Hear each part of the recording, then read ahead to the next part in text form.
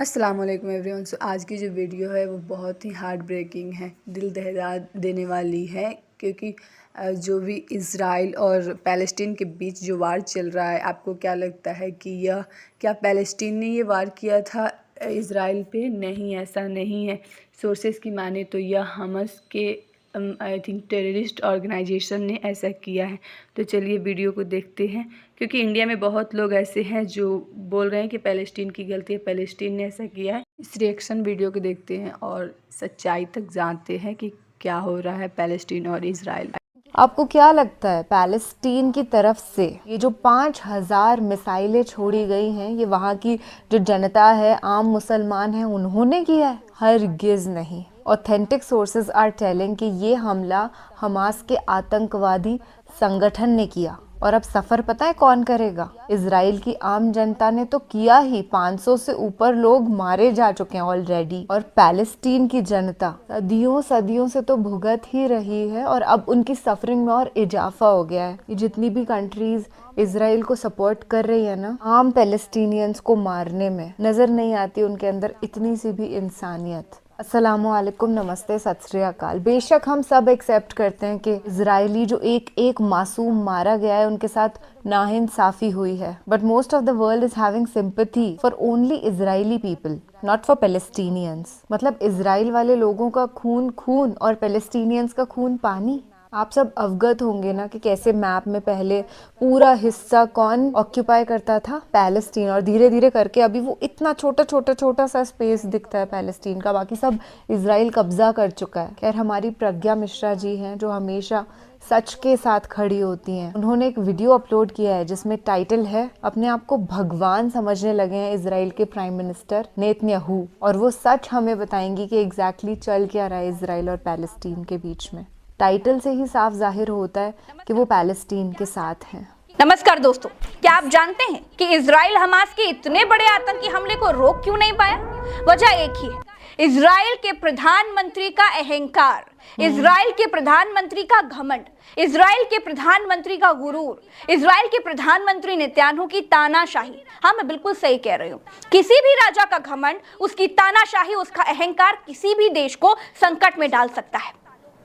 दोस्तों, पिछले 50 सालों में हमास की हिम्मत कभी भी इतना बड़ा हमला करने की नहीं हुई, लेकिन जब हमास ने देखा कि इजराइल की जनता ही नेतन्याहू के खिलाफ खड़ी हो गई है, इजराइल की जनता ने नेतन्याहू के खिलाफ विद्रोह कर दिया है, इजराइल को नेतन्याहू की तानाशाही ने भीतर से कमजोर कर दिया था।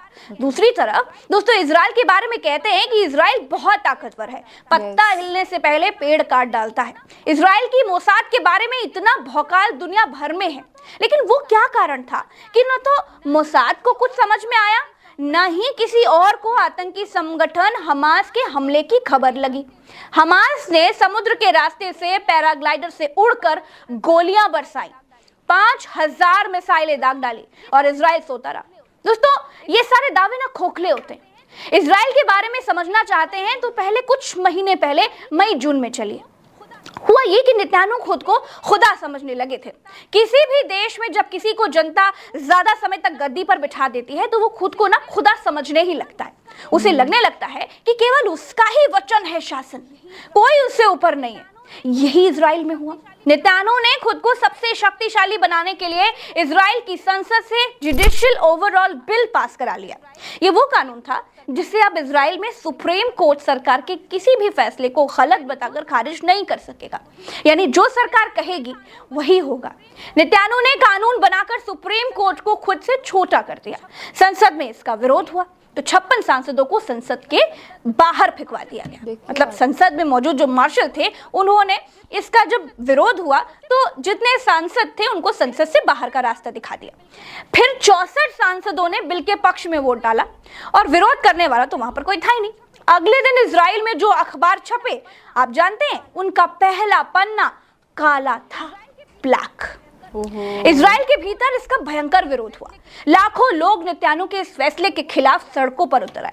जब से लोगों को इजरायली सरकार के इस बिल की खबर लगी थी, तब से लोग इसका विरोध कर रहे थे। 29 हफ्तों तक लोगों ने प्रदर्शन किया, लाखों लोग सड़कों पर रहे, लेकिन नेतन्याहू को खुद को खुदा बनाना था। इतने विरोध प्रदर्शन के बाद भी नेतन्याहू ने यह बिल पास ही कर लिया। दोस्तों हालत ये थी कि उधर इजराइल की संसद में इस बिल पर वोटिंग हो रही थी, इधर लोग सड़कों पर विरोध कर रहे थे। इजराइल की राजधानी तेल अवीव की सड़कें पटी हुई थी लोगों से। लोग कह रहे थे कि बेंजामिन नेतन्याहू अब रूसी राष्ट्रपति पुतिन की तरह हो गए हैं, वो देश को तानाशाही की ओर ढकेल रहे हैं। लोग नारे लगा रहे थे कि या तो लोकतंत्र चाहिए या फिर विद्रोह होगा। पुलिस ने प्रदर्शन कर रहे लोगों को पीट पीट कर खदेड़ दिया। दोस्तों इतिहास गवाह है कि जनता ने जिसको ज्यादा समय के लिए कुर्सी पर बिठाया है ना, वो तानाशाह बनने निकल पड़ा है। यही नेतन्याहू के साथ हुआ और यही तानाशाही नेतन्याहू ने की। नेतन्याहू पूरी पावर अपने हाथ में ही लेना चाहते थे, अपने हाथ में पावर ले भी ली, लेकिन विद्रोह हो गया। इजराइल भीतर से कुछ कमजोर हो गया, लोगों का भरोसा अपने ही प्रधानमंत्री से उठने लगा था। नेतन्याहू को इसका एहसास हुआ तो उन्होंने कहा कि इजराइल मजबूत लोकतांत्रिक देश है और इस तथ्य को कोई भी नहीं बदल सकता। हम हर हाल में साथ खड़े रहेंगे। आपसी मतभेद के चलते दुश्मनों के सामने देश कभी भी कमजोर नहीं पड़ेगा। नेतन्याहू की सनक ने इजराइल को भीतर से तोड़ दिया था। आतंकी संगठन हमास ये सब कुछ बहुत करीब से देख रहा था, पूरी की पूरी प्लानिंग कर रहा था और नेतन्याहू खुद को इजराइल का सबसे ताकतवर राजा बनाने की कोशिश में लगे थे। क्योंकि इजराइल में नेतन्याहू की गठबंधन की सरकार चल रही है। जिस पार्टी से नेतन्याहू सदस्य हैं उसका नाम लिकुड है। इनकी अपनी पार्टी के 32 सदस्य हैं, या यूं कहें कि सांसद हैं। इनके पूरे गठबंधन को मिलाकर 64 सदस्य हैं। इजराइल की संसद में कुल सांसदों की संख्या 120 होती है। इजराइल का विपक्ष बड़ा मजबूत है। इजराइल में विपक्ष में 56 मौजूदा सांसद हैं। इजराइल की संसद का नाम केनेसेट है। दोस्तों इजराइल में लोकसभा राज्यसभा 2 हाउस नहीं है, वहां सिर्फ एक ही हाउस चलता है, उसी का नाम केनेसेट है। ये यरूशलेम में गिबत राम में पड़ता है। यही सारे कानून बनते हैं और यहीं से राष्ट्रपति बनते हैं। अभी पिछला चुनाव 2022 में ही हुआ है। अब कहने का मतलब यह है दोस्तों कि नेतन्याहू सरकार बहुत ज्यादा नंबरों से नहीं बनी है, इसीलिए नेतन्याहू खुद को मजबूत करने के लिए और इनके निर्णयों को सुप्रीम कोर्ट भी ना बदल पाए, इसके लिए ये सुप्रीम कोर्ट की शक्ति कम करने वाला कानून लेकर के आ जाते हैं। इसके बाद जून जुलाई के महीने में देश में विद्रोह हो जाता है। नेतन्याहू अपनी सरकार बचाने और अपने देश के लोगों को समझाने में लगे हुए थे और दूसरी तरफ हमास ने हमला कर दिया। हमास को अमेरिका ने आतंकी संगठन घोषित कर रखा है, लेकिन हमास खुद को फिलिस्तीन की आर्मी कहता है, क्योंकि फिलिस्तीन के पास अभी तक कोई आधिकारिक आर्मी नहीं है। हमास खुद को फिलिस्तीन का रक्षक बताता है। हमास गाजा से आगे बढ़ रहा है। इजराइल के बेगुनियर एयरपोर्ट पर भी हमला कर दिया है। फिलिस्तीन के पक्ष में ईरान, सऊदी, टर्की, मिस्र, यूएई और कतर भी खड़े हो गए। इनका कहना है कि युद्ध नहीं होना चाहिए, लेकिन इजराइल को फिलिस्तीन की जमीन वापस कर देनी चाहिए। दूसरी तरफ इजराइल के साथ भारत, अमेरिका, ब्रिटेन, रूस जैसे देश भी साथ खड़े हो गए हैं। एक समय था दोस्तों जब भारत भी फिलिस्तीन के पक्ष में था। अटल बिहारी वाजपेयी ने खुले मंच से कहा था कि जमीन कब्जा करने वाले इजराइल के साथ भारत खड़ा नहीं होगा। दोस्तों उम्मीद है कि इस जानकारी वाले रिसर्च वीडियो में आपको सारी की सारी जानकारियां अच्छी लगी होंगी और आपको सब कुछ समझ में आ गया होगा। अगर हमारा ये रिसर्च वीडियो आपको पसंद आया तो शेयर जरूर कीजिएगा, क्योंकि बड़ी मेहनत से ये वीडियो हम आप तक पहुंचाते हैं। और अगर आप किसी भी और वीडियो को देखना चाहते हैं, आपके पास नोटिफिकेशन नहीं आ रहा है, तो इसके लिए आपको बेल आइकन क्लिक करना पड़ेगा।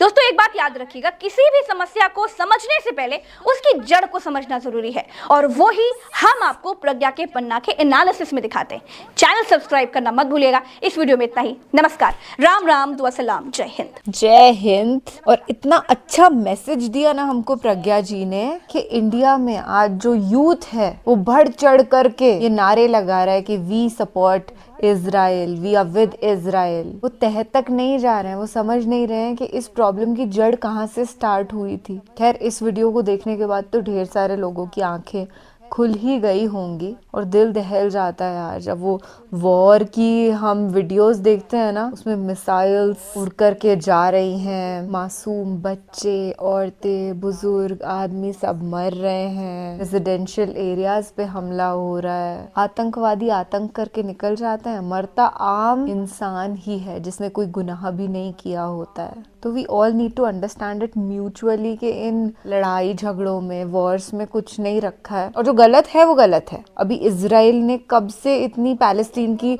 जमीन को हड़प लिया है, वो गलत ही रहेगा, वो कभी सही नहीं हो सकता। And yes, we do support Palestine from the bottom of our heart, क्योंकि आज भी वहां पर फौलादी क्रांतिवीर पैदा हो रहे हैं जो अपने लिए स्टैंड लेना जानते हैं। कितनी मुसीबतों से वो गुजर रहे होंगे हम इमेजिन नहीं कर सकते। हम यहाँ अपनी आम जिंदगी जी साइड है, यहाँ पे हमारे छोटी मोटी चोट भी लग जाती है ना तो हम परेशान होने लग जाते हैं, अरे यार ये क्या हो गया। रिसेंटली मुझे कुत्ता काट गया था and after that incident I was like अब हम क्या करेंगे, अब जिंदगी में कैसे आगे बढ़ेंगे, इतना डर गई थी मैं। जबकि एक इतनी छोटी सी चोट थी जो रिकवर भी हो चुकी है ऑलरेडी। तो आप सोचिए वो लोग कितने स्ट्रांग है जो इन सब चीज़ों से गुजर रहे हैं सालों साल से। आई होप गॉड ऑलमाइटी उनके ऊपर बहुत सारी ब्लेसिंग करे और उनकी जो तकलीफें हैं ना उनको ख़त्म कर दे। और जो इनोसेंट इजराइलीज मरे हैं उनको प्लीज़ अपनी दुआओं में याद रखिएगा। उनकी फैमिलीज़ को पेशेंस देने के लिए अल्लाह सुब्हान व तआला से आप दुआ मांगिएगा। और इतने सालों साल से जो पैलेस्टीन के मासूम मुसलमान,